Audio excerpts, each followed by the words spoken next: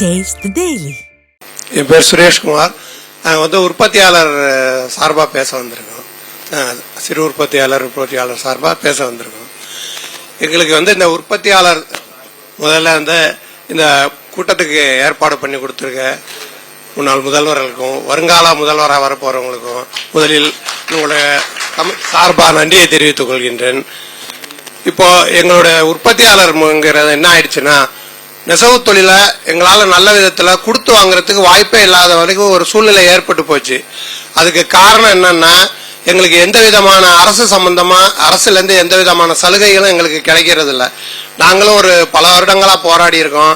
எங்களுக்கு ஒரு தள்ளுபடி பண்ணி கொடுங்க, ஒரு வட்டி இல்லா கடன் கொடுங்க சிறு உற்பத்தியாளர்களுக்கெல்லாம் அப்படின்னு சொல்லி கேட்டிருக்கோம். ஆனா எதுவுமே இது வரைக்கும் செயல்பாடு வரல. எங்களுக்கு எங்க தொழில் செய்வதற்கு இப்பொழுதெல்லாம் எதுவுமே முந்தையெல்லாம் கடனுக்கெல்லாம் பொருள் கிடைக்கும். இப்ப எதுவுமே கடனுக்கு கிடைக்கிறது இல்லை. பழைய ஜிஎஸ்டி சிஸ்டம் இந்த மாரி பல சிஸ்டங்கள் வந்ததால எதுவுமே எங்களுக்கு கடனுக்கு கிடைக்கிறது இல்லை. எல்லாம் பொருள் பணம் கொடுத்து வாங்குற மாதிரி ஒரு சூழ்நிலையில தான் இருக்கும்.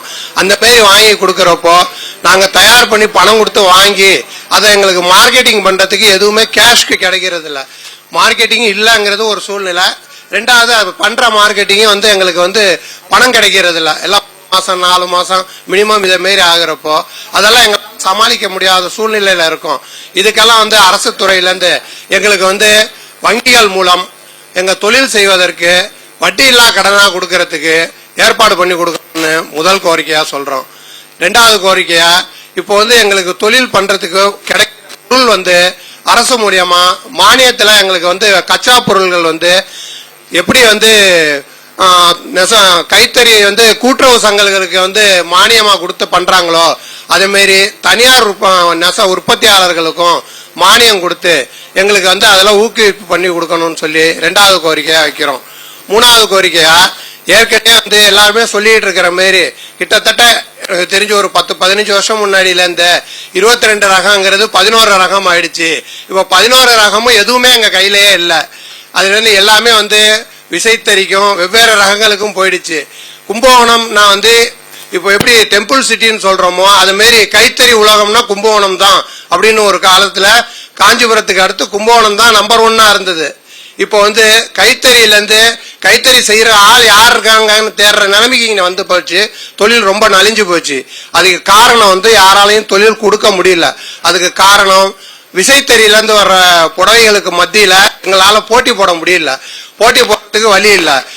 அரசு பொதுவா என்ன பண்றாங்கன்னா எல்லாரும் சேர்ந்து இந்த பக்கம் பண்றப்போ கைத்தறிகள் வாழணும் அப்படின்னு சொல்றாங்க.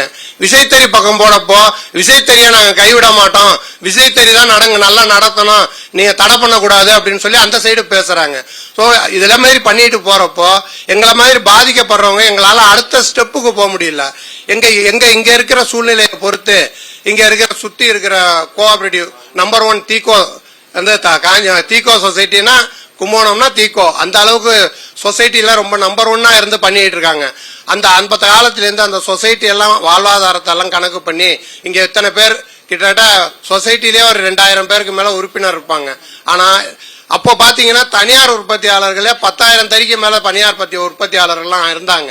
இப்போ தனியார் உற்பத்தி பண்ற தொழில் எல்லாம் குறைஞ்சு போய் தனியார் உற்பத்தி பண்ற தறிகளே இன்னைக்கு பாத்தீங்கன்னா ஒரு 3000 தறி கூட இல்லங்கிற அளவுக்கு குறைஞ்சு போச்சு. அதே மாதிரி உற்பத்தி பண்ற ஆட்களும் பாத்தீங்கன்னா முந்தைய எக்ஸாம்பிள் 100 பேர் இருந்தாங்கன்னா ஒரு 10-15 பேர் தான் இருக்காங்க. அந்த அளவுக்கு எல்லாமே நலிஞ்சு போச்சு.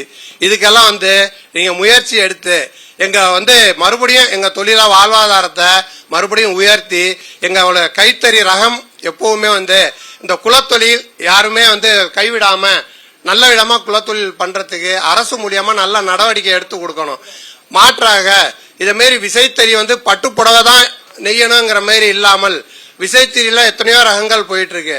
அந்த விசைத்தறியையும் எங்க பக்கத்துல அறிமுகப்படுத்தி இங்க இருக்கிற நெசவாளர்களுக்கெல்லாம் பயிற்சி கொடுத்து அதுக்கு உண்டான ஏற்பாடுகள் பண்ணி கொடுத்தா மறுபடியும் ஐயா முதல்வர் ஐயா அவங்க பகுதியெல்லாம் பாத்தீங்கன்னா இன்னைக்கு கைத்தறி தொழில் அந்த சிறப்பா இருக்கு. பட்டு நெசவு தொழில் இங்க இருந்த தொழிலாம் கை மாறி அந்த பக்கம் போயிடுச்சு. நான் சொல்றேன்னு தப்பா நினைக்க கூடாது ஐயா. அதாவது நீங்க இருக்கிறதால அது வளர்ந்துருச்சு, அது அடுத்த விஷயம். பட் இருந்தாலும் என்ன ஆயிடுச்சுன்னா இங்க இருக்கவங்க இங்க செய்யறதுக்கு வழி இல்ல. இங்க வந்து அங்க போய் செய்யறதுலயும் இங்க இருக்கிறவங்க எல்லாம் போய் தான் செஞ்சுக்கிட்டு இருக்காங்க. அங்க இருக்கிற நெசவாளர்களுக்கு எல்லாம் வேலை கொடுக்கறது போறதெல்லாம் செஞ்சுக்கிட்டு இருக்காங்க. அதை வந்து மறுபடியும் இங்கேயே வந்து செய்யறதுக்கு உண்டான எனக்கு முன்னாடி பேசுறவங்க சொன்னாங்க, இத மாரி இந்த 30 இன்ச்சுக்கு மேல போகக்கூடாது இதெல்லாம் ரொம்ப வருஷமா பண்ணிட்டு இருக்கோம். இன்னையே இந்த டிஜிட்டல் உலகான மாரி பேங்க்ல போனா எந்த வேலையும் செய்ய முடியாது, பேங்க்குக்கு போய் எல்லாம் என்னால பண்ண முடியாதுன்னு இருந்த காலம் போய் இப்ப பேங்க் இல்லைன்னா எதுவுமே பண்ண முடியாதுங்கிற மாதிரி காலம் வந்து போச்சு. அது மாரி இருக்கிறப்போ இந்த கால சூழ்நிலைக்கு ஏற்ப எங்க தொழிலையும் ஏதாவது ஒரு மறுமலர்ச்சி இதுதான் செய்யுங்கன்னு எங்களுக்கு சொல்ல தெரியல. எந்த விதமா எங்களை வந்து நீங்க வந்து பல விஷயங்களை பல தரப்புல எல்லாம் பார்த்துட்டு இருக்கீங்க. அப்படி இருக்கிறப்போ எங்களை வாழ வைக்கிறதுக்கு கைத்தறி எங்களை நம்பி இருக்கிற கைத்தறி தனியார் நெசவாளர்களை வாழ வைக்கிறதுக்கு என்ன நீங்க ஏற்பாடு பண்ணி கொடுக்க முடியுமோ அதை நிச்சயமா செஞ்சு கொடுக்கணும்னு சொல்லி எங்க சங்கத்தின் சார்பா எங்களுடைய கோரிக்கையை வச்சுக்கிட்டு என் வாய்ப்பளித்த நல்ல உள்ளங்களுக்கு நன்றியை தெரிவித்துக் கொள்கிறேன். வணக்கம்.